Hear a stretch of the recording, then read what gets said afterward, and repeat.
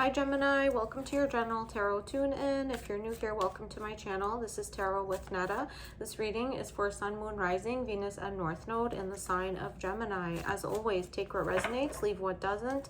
If the reading doesn't resonate with you, check out your other placements. Okay, my dear Gemini, grounding your reading, grounding your energy at this time. Five of Swords, conflict, ego battles, perhaps entering into conflict with others, having a perceived win or overcoming some type of battle, but your victory is short-lived.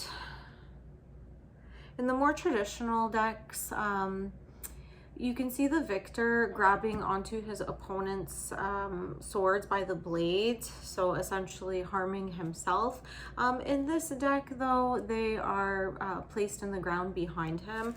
So yeah, either way, there is some conflict surrounding your energy at this time, and a warning of perhaps bragging about potentially like winning an argument over someone.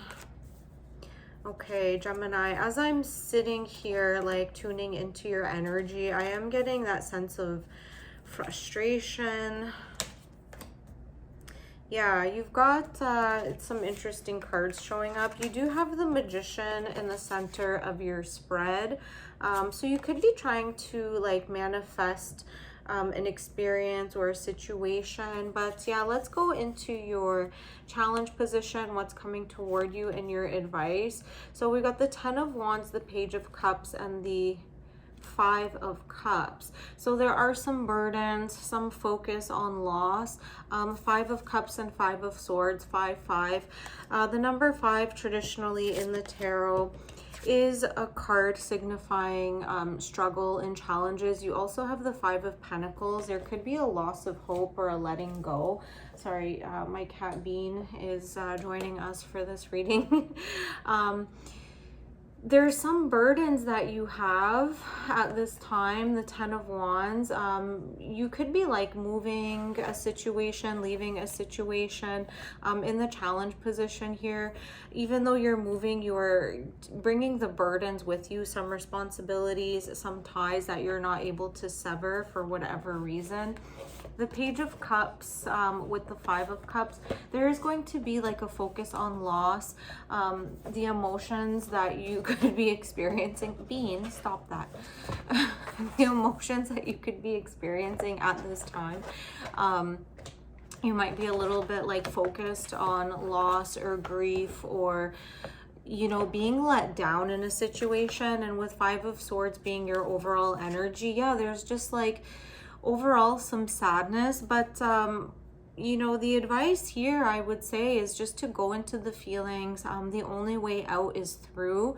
And you know, if you do have some burdens that you're taking with you, even if you're leaving a situation, you know, breaking up, moving, switching jobs, you know, you're bringing your troubles with you. But try to be gentle with yourself. Don't see them as troubles. Don't see them as like, you know, anything. Bean. Don't try to focus on the heaviness or the loss. Try to count your blessings. Try to practice gratitude.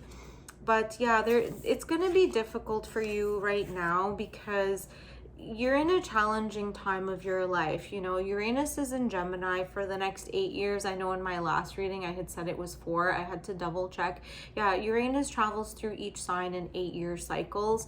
But you know, this is for like any placement of Gemini. So I feel like collectively we're all going through it.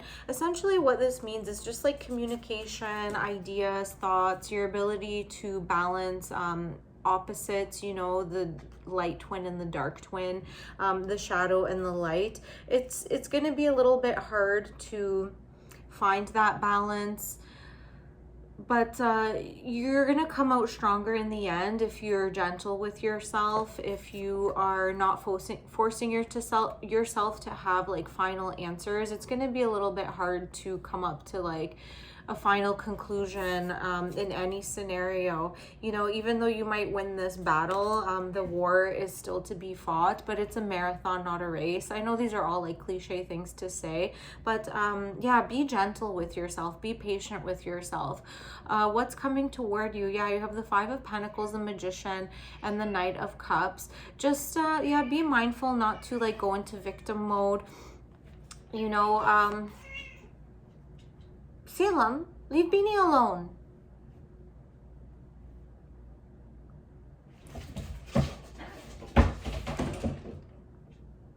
Okay, they've been joining me on all these readings, my cats, and they just keep getting more like, I don't know, vocal.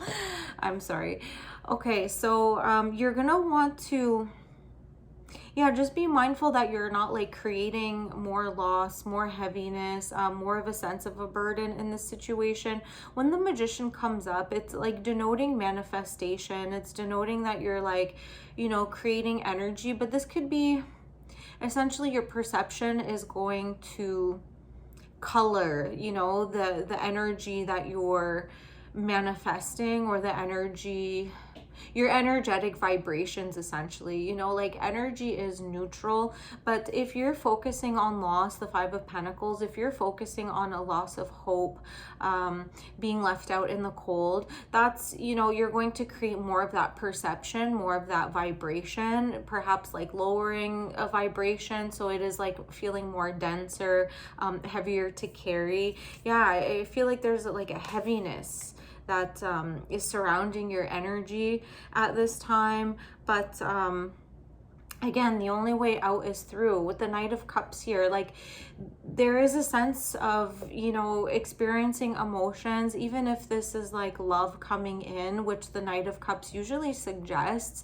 It could really kind of like break you open, cause like some type of heartache, some type of sense of loss if you're not like careful. If you're just like inviting other people into your life, you know, they might be like karmic ties, where you are experiencing more loss, more heartache, because that's already like your energetic state. So you want to be very protective and mindful of your thoughts, your experiences, transmuting your energy. So yeah, the Magician is a very powerful card, whether you believe in magic or not. You know, if you're trying to manifest from a state of like sadness or loss, you know, you just got to be mindful that you're not calling in more of the same. Make sure that you're doing like really deep energetic shadow work and transmuting energy, raising your vibration. You know, like certain practices where you're literally like resetting your nervous system, like shaking off like stagnant energy off of your physical, emotional, spiritual body. Yeah, you might want to go back to basics, like resetting your root chakra. And you know, that's what Uranus does. It's the planet of like shaking things up. It's associated with Aquarius, you know, but it's like the Great Awakener, the Great Awakening. You're going to get a lot of insight, like more insight than you've ever gotten, but it's going to be a little bit fleeting and unstable in a way. So even like taking up a journaling practice, like you might be getting a lot of downloads, but the next day, like as you try to like remember, okay, what was that idea that came in, you might, as fast as it comes in, you might easily forget it. So yeah, like journaling, anything where you're able to kind of like solidify any ideas or downloads or inspirations that are coming, even like taking photos, like drawing inspiration through different mediums if writing isn't for you, but somehow like grounding all of this like activated energy that's coming in.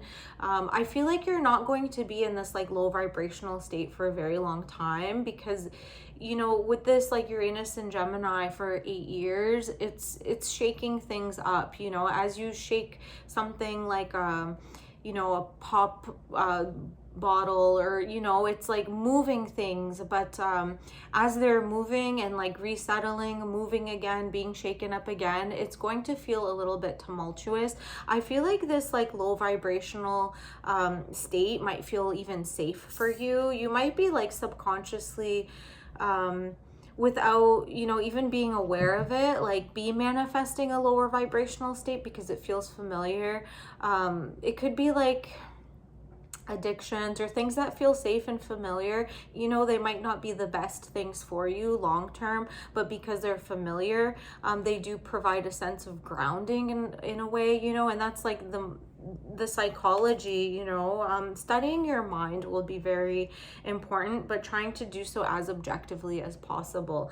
Okay, so your advice, you do have the Strength card here. You know, the Strength card is always suggesting strength through surrendering to the situations as they come to you, especially if it's not your place to exert any control or to have like power. There's more strength in, you know, taking an objective point of view or stepping back and allowing things to kind of unfold naturally. Yeah, you have the Knight of Wands and the Hermit. This is exactly it. So the, you know, from the Strength to the Hermit, you know, you're going inward, you're drawing your energy inward. And this Knight of Wands, yeah, it's gonna like constantly like be shaking you, forcing you, trying to like poke you. You know, you might feel like somebody's like poking you, like poke the bear. And Gemini, you know, the shadow part might be very tempted to come out. You might be very tempted to like put people in their place, talk some shit. You know, you're very good at that and you enjoy it, you know, with the right outlet. That, you know, it can be very cathartic and healing in a way, but also you want to be mindful that you're not like attacking or lashing out on people who are just like innocent bystanders of your life that don't deserve it. Make sure you're not like projecting, you know, that anger or frustration towards like, you know, people who don't deserve it. You know, of course, if there's somebody in your energetic field that is like provoking you and, you know, you have your wits about you, yeah, like set those boundaries. But again, you want to be careful, not to be too aggressive, not to let that shadow take control or overpower the light parts of yourself. I think that's why art is going to be very healing for you as well. Okay, forgiving and learning. So this is from the Love Angels Oracle deck. As you release and heal the past, you experience more love in your present moments. Yeah, forgiving and learning. So you're becoming like a sage now, you know, through the trials and tribulations. You're gaining wisdom through experience, the only way that it can be gained. It's gonna look ugly at times, but when you come out on the other end, you know, people will want to hear what you have to say. Okay, your commitment is being tested, first quarter moon. I feel like this is like a commitment to yourself, a commitment to your growth, a commitment to your identity. Don't abandon yourself in these like frustrating moments. It might be very tempting, yeah, to resort to familiar coping mechanisms that could, you know, kind of lead you astray from who you are. But I feel like you have the strength to come back to yourself. You just be more gentle with yourself. You don't have to have all the answers. You don't need to like enter into like mindless arguments and disagreements with others. Sometimes it is more beneficial to step back and let things play out. And even if you just give yourself like 30 seconds or 3 minutes, like just very short amounts of time to just like breathe and ground your energy, it's going to be very beneficial for you. Okay, my dear Gemini, I feel like the next readings that I do for you the next 8 years are going to be like themed like this, but we'll see where it goes. We'll see what happens. I am a Gemini rising. Gemini is in my first house. It's all about my identity, so I'm very like tuned in and tapped into that energy, and I empathize. So yeah, let me know in the comments if it resonates, if it helps, and I'll see you on the next one. Bye.